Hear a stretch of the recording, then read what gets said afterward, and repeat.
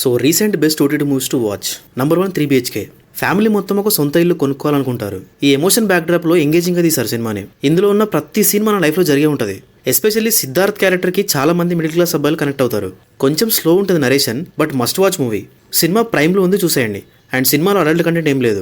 Number 2 సితారా Zameen per. Mentally disable ఉన్న ఒక 10 మందికి బాస్కెట్బాల్ కోచ్ గా వెళ్తాడు మన హీరో.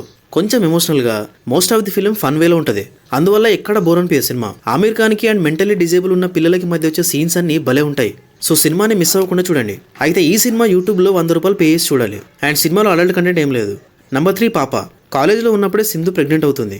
మరి తన బాయ్ ఫ్రెండ్ మణికంఠ సింగిల్ ఫాదర్గా ఎందుకున్నాడు అనేది మిగతా కదా. ఒక సింగిల్ ఫాదర్గా ఎన్ని ప్రాబ్లమ్స్ ఉంటాయనేది బాగా చూపించారు.